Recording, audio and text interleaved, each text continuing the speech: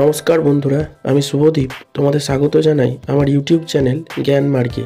এই ভিডিওতে আমরা রায় ও মার্টিন প্রশ্নবিচিত্রা 2025 থেকে পঞ্চম শ্রেণীর পরিবেশ বিষয়ের দ্বিতীয় পর্যায়ক্রমিক মূল্যায়নের যে মডেল সেটগুলি দেওয়া হয়েছে তার মধ্য থেকে দ্বিতীয় সেটটির সকল প্রশ্নের উত্তরগুলি নিয়ে আলোচনা করব।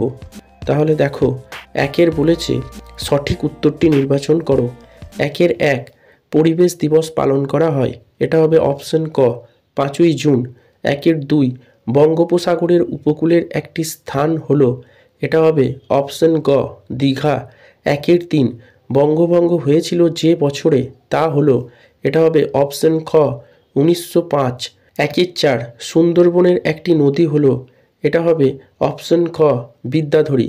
একের 5, মুর্শিদাবাদের মিঠিপুর থেকে নদিয়ার নবদ্বীপ পর্যন্ত গঙ্গার নাম, এটা হবে অপশন গ ভাগীরথী। একের 6, একটি প্রাকৃতিক কীটনাশক হলো, এটা হবে অপশন খ নিমপাতা। একের 7, বাঁশের কেল্লা তৈরি করেছিলেন, এটা হবে অপশন খ তিতুমির। একের 8, সুন্দরবনের বিখ্যাত প্রাণীটি হলো, এটা হবে অপশন গ রয়্যাল বেঙ্গল টাইগার। একের 9, বন্দে মাতরম গানটির রচয়িতা হলেন, এটা হবে অপশন খ বঙ্কিমচন্দ্র চট্টোপাধ্যায়। একের 10, একটি লুপ্তপ্রায় মাছ হলো, এটা হবে অপশন ক সরপুঁটি। এরপর 2-এর দাগেরগুলো বলেছে নিচের প্রশ্নগুলির সংক্ষিপ্ত উত্তর দাও। 2-এর 1 বলেছে স্বাধীন ভারতের প্রথম প্রধানমন্ত্রী ও প্রথম শিক্ষামন্ত্রী কে কে ছিলেন? উত্তর হবে স্বাধীন ভারতের প্রথম প্রধানমন্ত্রী ছিলেন পণ্ডিত জওহরলাল নেহেরু এবং প্রথম শিক্ষামন্ত্রী ছিলেন মৌলানা আবুল কালাম আজাদ। 2-এর 2, তরাই অঞ্চলের মাটি উর্বর কেন?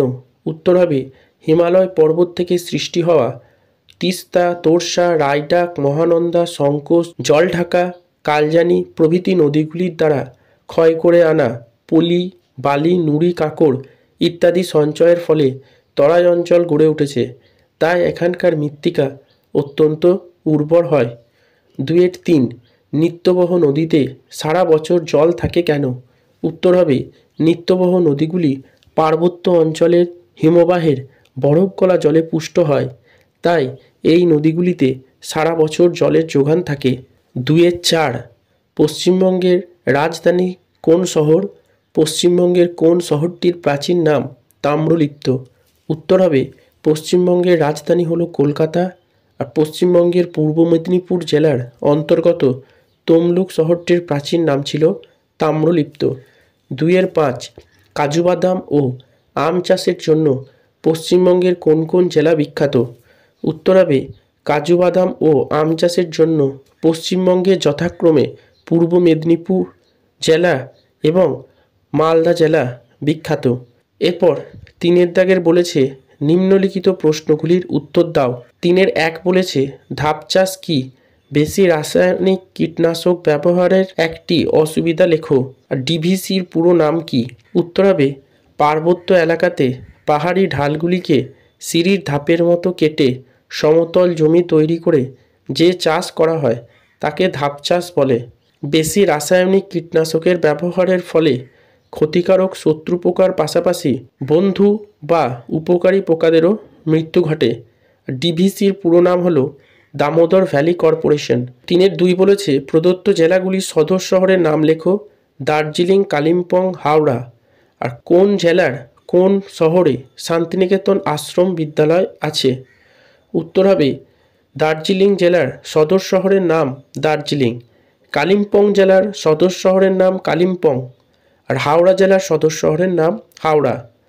বীরভূম জেলার বোলপুর শহরে শান্তিনিকেতন আশ্রম বিদ্যালয়টি রয়েছে। এই ভিডিওটা দেখে উপকৃত হলে অবশ্যই একটি লাইক করবে, কমেন্ট করবে এবং বন্ধুদের সাথে ভিডিওটা শেয়ার করবে। আর চ্যানেলটিতে নতুন হলে অবশ্যই সাবস্ক্রাইব করে পাশে থাকা বেল আইকনটি প্রেস করে দেবে, যাতে পরের ভিডিও নোটিফিকেশন তোমরা সকলের আগে পেতে পারো। ভিডিওটা সম্পূর্ণ দেখার জন্য ধন্যবাদ। নমস্কার।